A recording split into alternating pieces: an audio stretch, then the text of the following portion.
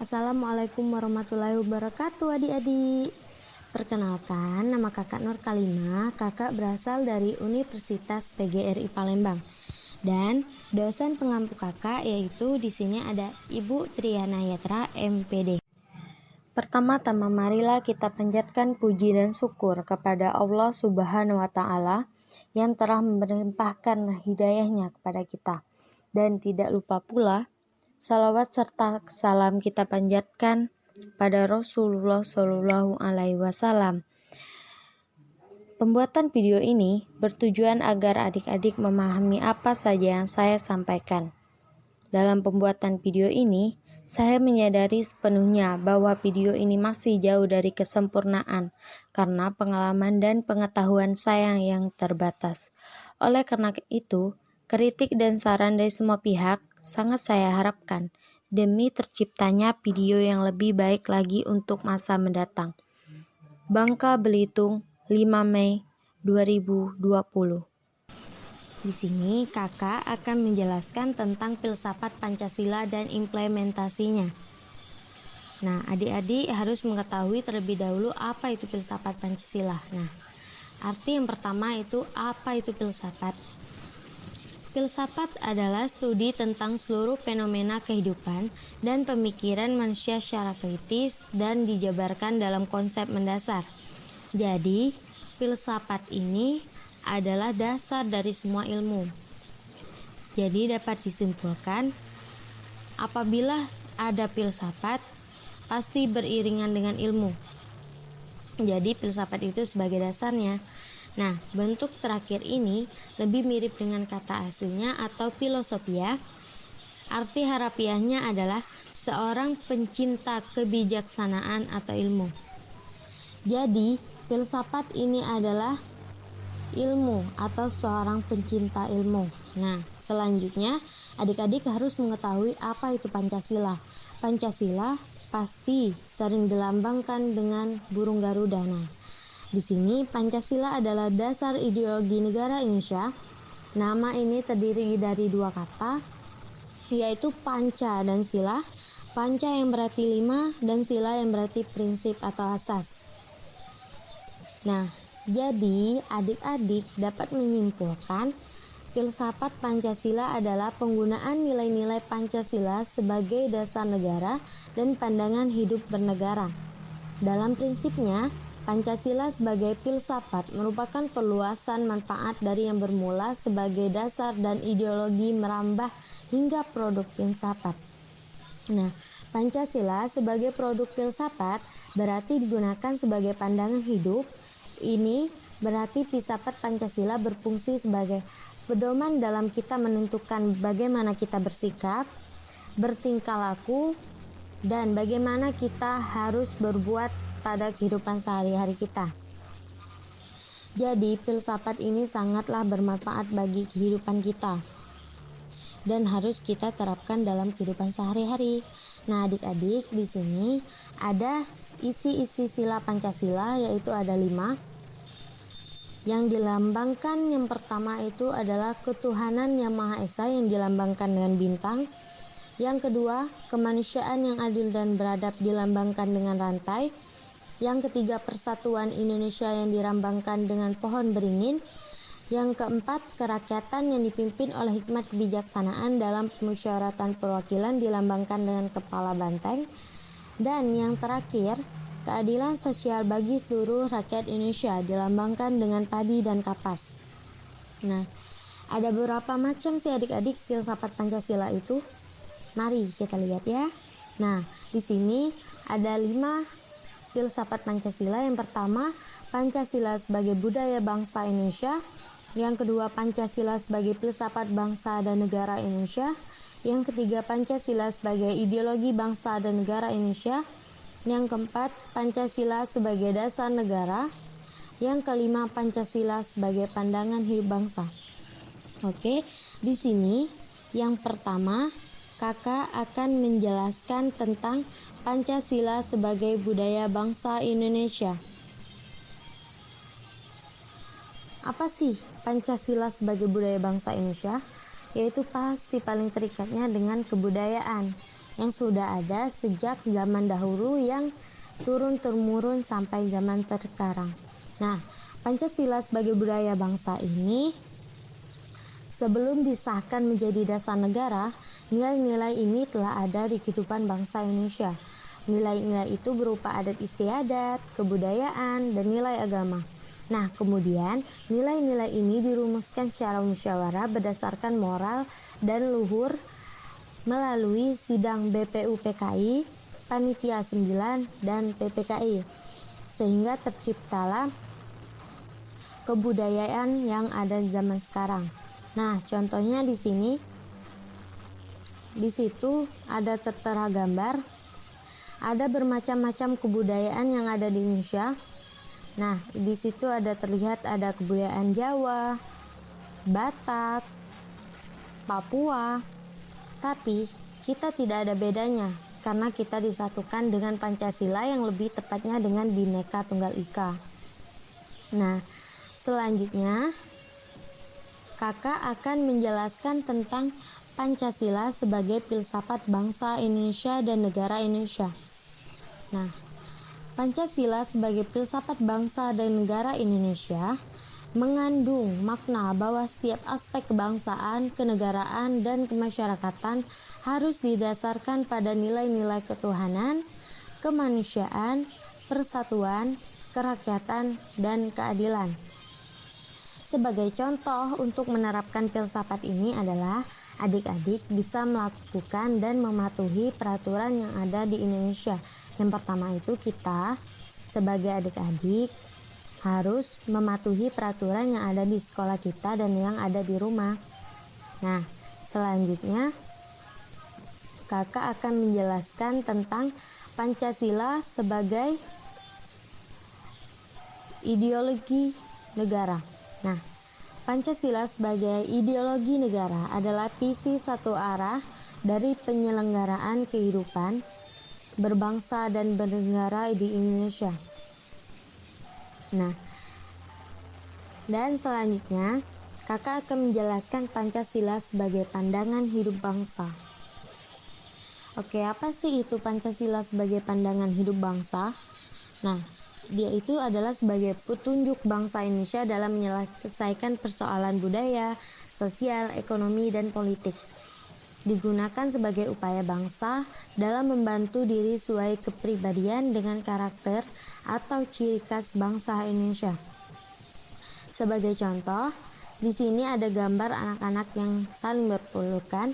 Di situ, anak-anak itu tidak memandang kebudayaannya, ras, warna kulit, bentuk rambut mereka, tapi tetap berteman.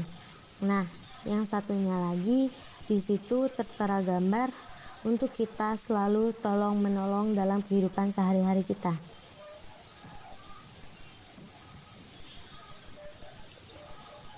Nah, kemudian di sini Kakak akan menjelaskan implementasi nilai-nilai Pancasila.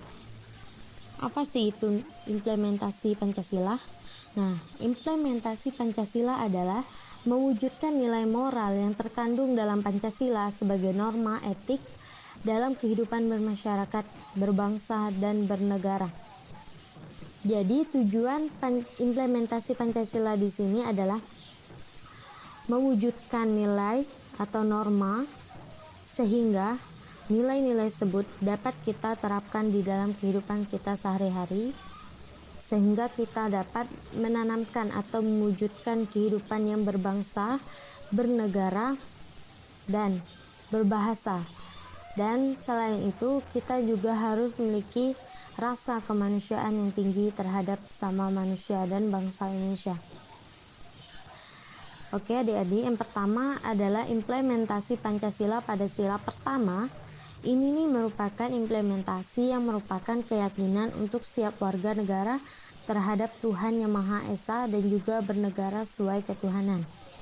Nah, di sini menerapkannya ini adalah contohnya kita di sini mempunyai keberagaman agama, ras, suku, adat, budaya. Tapi kita disatukan dengan Pancasila dan kita harus menumbuhkan rasa toleransi kita antar umat beragama yang memiliki Tuhan kita, Tuhan yang kita yakini masing-masing. Oke. Selanjutnya adik-adik, implementasi sila kedua. Apa sih makna dari implementasi nilai kedua ini? Yaitu terdapat prinsip antara kedudukan warga di dalam negara atau juga martabat manusia. Ini berarti adalah memiliki rasa kemanusiaan yang tinggi, sehingga kita sebagai manusia memiliki kedudukan yang sama di antara warganya, tidak ada pilih kasih. Ini berarti pemerintah harus bersikap adil dalam memihak. Nah, kemudian implementasi Pancasila di dalam sila ketiga.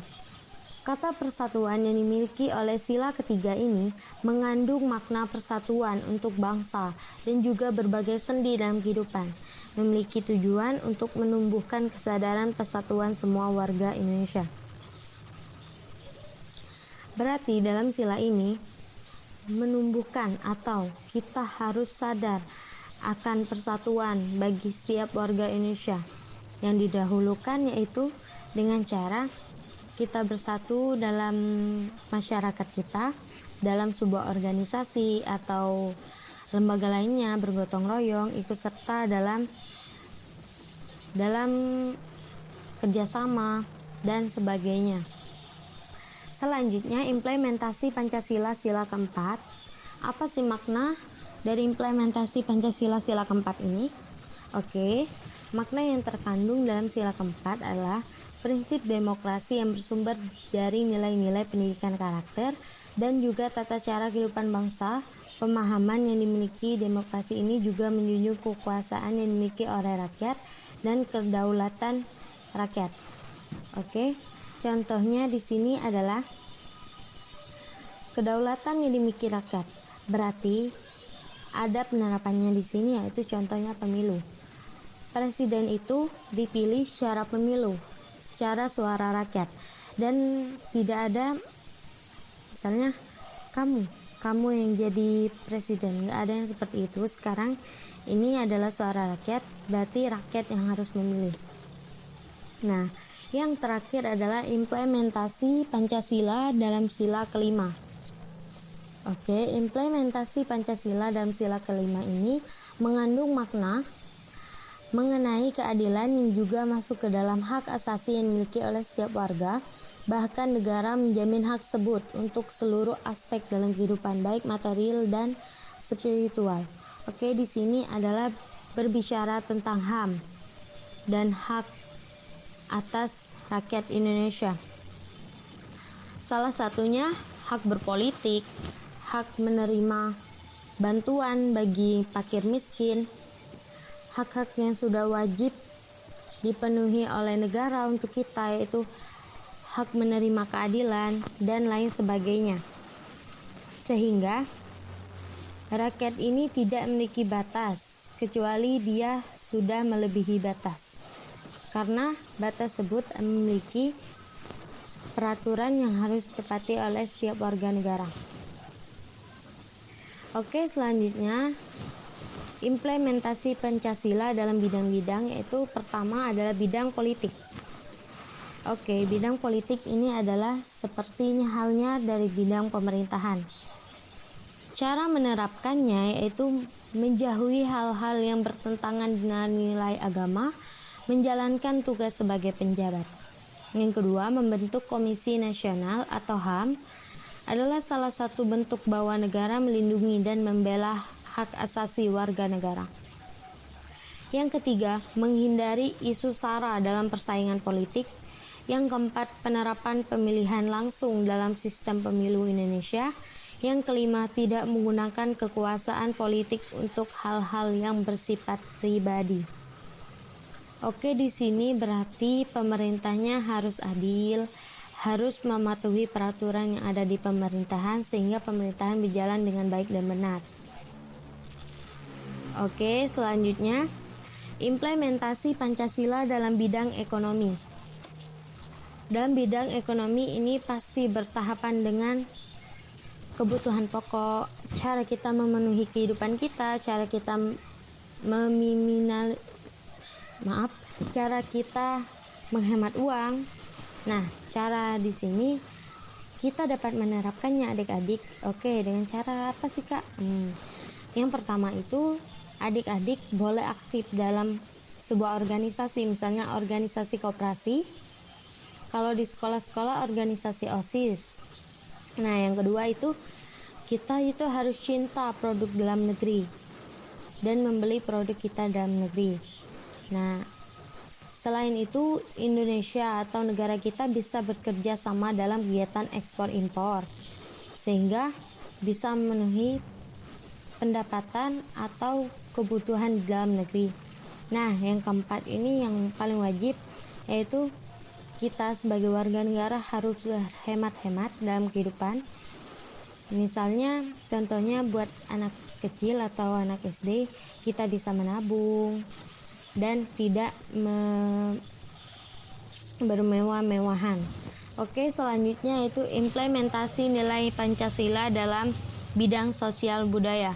Oke, dalam bidang sosial budaya ini pasti sudah terkenal luhur dari zaman-zaman nenek moyang dulu sampai sekarang, sehingga dipelajari oleh banyak warga yang memahami akan sosial budaya sehingga sampai sekarang budaya ini tetap lestari. Oke, cara menerapkannya itu adik-adik dapat menghormati dan saling menjaga kebudayaan antar daerah di Indonesia. Yang kedua, adik-adik dapat mempelajari berbagai kesenian daerah sesuai minat. Yang ketiga, melestarikan kebudayaan terutama kebudayaan yang ada di daerah masing-masing. Yang keempat, memperkenalkan kebudayaan Indonesia kepada masyarakat luar ataupun masyarakat luar negeri. Nah, selanjutnya implementasi Pancasila pada bidang keamanan dan pertahanan. Oke, di sini pasti dalam bidang pertahanan dan keamanan ini, Kak, bagaimana sih cara kita menerapkan ini? Apakah kita harus ikut TNI? Apa kita harus ikut Polri? Itu nggak harus begitu adik-adik. Oke, kita sebagai warga Indonesia, kita sebagai pelajar, kita dapat menerapkannya dengan cara berikut, yaitu kita dapat menjaga kerukunan antar warga, ikut serta menjadi abdi atau negara guna pilar keamanan dan pertahanan. Oke, yang poin di sini nih dapat adik-adik ikuti setelah adik-adik dewasa dan menerima pendidikan yang sesuai dengan bidangnya. Yang ketiga, menjaga nama baik negara kita. Yang keempat, selalu mempertahankan kemerdekaan Indonesia dengan cara mematuhi aturan yang telah ditetapkan. Nah, tugas kita sebagai pelajar itu adalah belajar dengan giat supaya kita bisa mengembangkan negara Indonesia sehingga menjadi semakin maju. Oke, sebagai penutup dari kakak ada motivasi sedikit buat adik-adik. Di sini jadilah seorang anak yang berbudi luhur dan yang berakhlak baik, karena anak yang baik adalah seorang anak yang tahu bagaimana ia berbicara dan bersikap kepada yang lebih tua. Sekian dari kakak, semoga adik-adik mengerti apa yang kakak sampaikan. Lebih dan kurangnya kakak mohon maaf, dan kepada Allah kakak mohon ampun. Wassalamualaikum warahmatullahi wabarakatuh.